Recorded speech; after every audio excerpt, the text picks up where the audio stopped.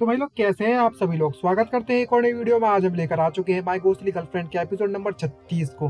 तो ज्यादा time waste नहीं करते हैं, चलिए एपिसोड स्टार्ट करते हैं। एपिसोड स्टार्ट करने से पहले जिन्हें वीडियो को लाइक नहीं किया लाइक कर ले, चैनल को सब्सक्राइब कर दे एंड कमेंट करके जरूर बताना अभी तक की वीडियो आपको कैसी लगी।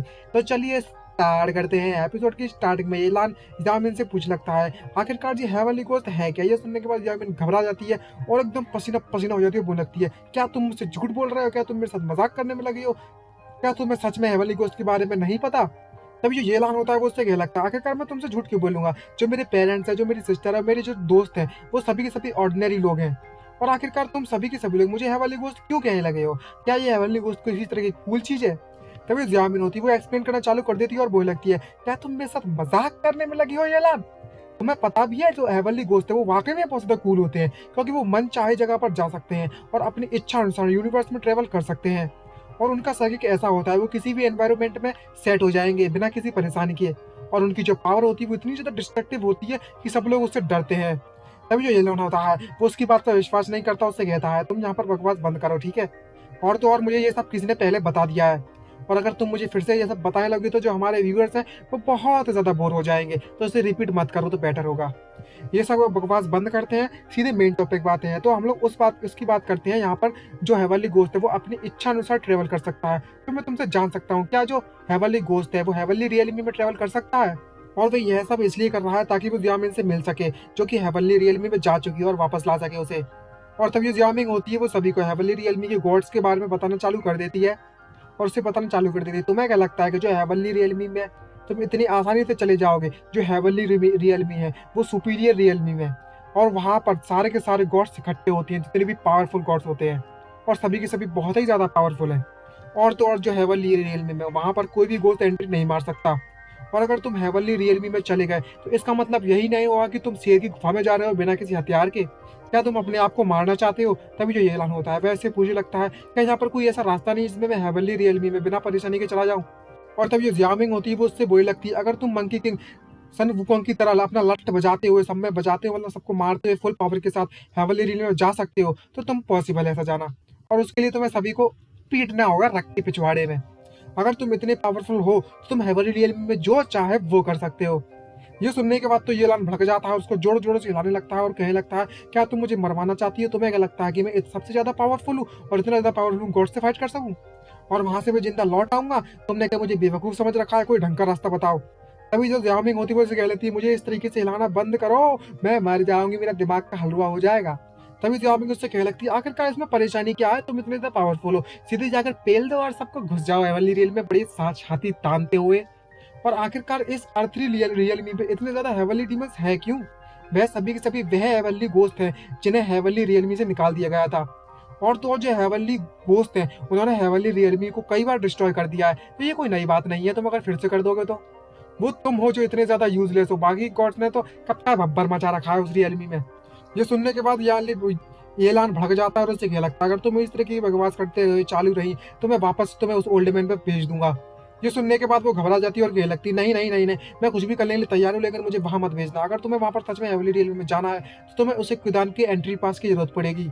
अगर एक बार तुम्हारे पास ये हो गया तो कोई भी तुमसे कुछ भी नहीं कहेगा, तुम इजिली हेवनली रियल में ट्रेवल कर सकते हो, जो जहां भी तुम जाना चाहते हो वहां भी, भले वो हेवनली रियल में क्यों ना हो। ये सुनने के बाद लियान से कहने लगता है अच्छा तो तुम कह रही हो कि जो विधान है वो सच में इतनी ज्यादा पावरफुल रियल में, वहाँ के इतनी ज्यादा पावरफुल गॉड्स है कि वो हेवनली रियल में भी उसके सामने कुछ नहीं लगती। ये सुनने के बाद जो कुनिंग होती जियामिंग होती है वो उससे कहने लगती है क्या तुम सच में हेवनली गोस्ट हो, तुम्हें इतना भी नहीं पता बेसिक सी नॉलेज की। जो क्विदान है वो इस यूनिवर्स में सबसे ज्यादा पावरफुल है, खासकर उसका डायरेक्टर। तभी अचानक से वहां पर जोरों से बिजली कड़कना स्टार्ट हो जाती है, जिसको देखकर जियामिंग बहुत ज्यादा डर जाती है और अपने मुंह पर अपने हाथ रखते हुए अपने आप को चुप करा लेती है। इस बिजली को देखते हुए जिलान उससे कहने लगता है आखिरकार एकदम से मौसम क्यों बिगड़ गया और इतनी ज्यादा ब्लेज बिजली क्यों कड़क रही है यहाँ पर। और तभी जियामिंग उससे कहने लगती है कुछ भी नहीं है, इसके बारे में ज्यादा मत सोचो। वो इसलिए क्योंकि जैसे ही वो डायरेक्टर की बात करने लगी कुदान के तो बिजली कड़कने लगी, तो समझ रहे हो ना कि उसके बारे में बात करोगे तो बब्बर मचेगा। तो यहाँ पर बात आगे बढ़ाते हैं तो जो जियामिंग होती है वो ये लान से कहने लगती है अगर तुम्हें सच में ट्रेवल करना है वाली रियलिटी में तो परमिशन तो लेनी पड़ेगी, तो बताओ तुम आगे क्या करने जा रहे हो। और तभी मन में सोचते हो ये लाल उससे कह मतलब अपने आप से कहने लगता है मुझे लगता है कि मुझे इसे जियामिन के बारे में नहीं बताना चाहिए। अगर इसे बता दिया तो इसका मुंह इतना चलता है कि वो सबको बताते फिरेगी और ये मेरे लिए बहुत ज्यादा परेशानी बड़ी हो जाएगी। और तभी येलान उससे कहने लगता है अपने कंधे पर बिठाते हुए, क्या मैं वाइवली रियल में वेकेशन के लिए नहीं जा सकता क्या? और तो यहाँ पर बहुत सी चीजें हैं जो मैं तुमसे पूछना चाहता हूँ। और तभी वो अपने जेब से ब्लड मैरी के उस छोटे से बीज को निकालता है जहाँ पर उसने ब्लड मैरी को बैंड बजाकर उसकी छोटा सा बीज में कन्वर्ट कर दिया होता है। और तभी यहाँ पर ब्लड मैरी प्रकट हो जाती है। और तभी जाओमिंग उससे पूछने लगती है, आखिरकार तुम इसे अपने जेब में रख के क्यों फिर रहे हो? हैं जेब में रखे फिर रहे हो? जेब फटी हुई तो कुछ कांड हो जाएगा। तभी येलान उससे कहने लगता है, मैं इसे करना तो नहीं चाहता था, लेकिन इसीलिए मैं तुमसे पूछना चाहता हूँ मैं इस सिचुएशन को कैसे हैंडल करूँ। और तभी जाओमिंग उससे कहने लगती है, तुम्हें जो करना है तुम इसके साथ कर सकते हो। तुम इसे आज़ाद कर दो, तुम इसे रिफाइन कर दो, या फिर तुम इसे बेच दो। यहाँ पर बहुत से ऐसे लोग हैं जो इसे खरीदना चाहते हैं, और यहाँ पर बहुत से ऐसे तरीके हैं जैसे इविल स्पिरिट से निपट सकते हो तुम। यहाँ की जो मेरा पुराना मास्टर है, मास्टर लू, और उसके मास्टर वो एक्सपर्ट थे इस मैटर में। तो तभी येलान उसको चुप कराता है, उससे कहने लगता है, अपनी इस तरीके की बकवास बंद करो और सच सच बताओ और सही सही तरीका बताओ इससे कैसे निपटा जाए, और कोई ऐसा तरीका बताओ जो तुम इस्तेमाल कर सकती हो। तभी जामिंग उससे कहने लगती है, मैं कोई मैजिशियन नहीं हूँ जो मैं इसे इस्तेमाल कर सकती हूँ। मैंने सिर्फ अपने मास्टर के मास्टर से यह देखा था जब उन्होंने बहुत सारी इविल स्पिरिट को हैंडल किया करते थे। तभी येलान उससे पूछने लगता है, तुम सच सच बताओ आखिरकार तुम कितनी बड़ी हो और तुम कितनी जनरेशन से उस ओल्ड मैन के मास्टर के साथ रह रही हो। तभी जामिंग उससे कहने लगती है, आखिरकार तुम क्या बकवास किए जा रहे हो, मुझे नंबर्स के बारे में कुछ भी नहीं पता। ये सुनने के बाद तो येलान और भी तो भड़क जाता है और उसे चिल्लाते हुए कहने लगता है, तुम सच सच बताओ नहीं वापस तुम्हें उस ओल्ड मैन पे भेज दूंगा, समझ गई?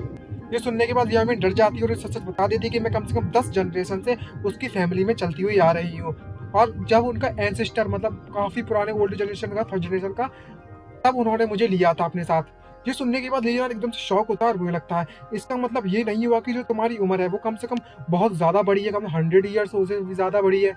और तो और मैंने ये भी सुना है जो बाई नंग जी की एक स्नेक थी, उन्होंने 10 मतलब 1000 साल जिंदगी जी थी।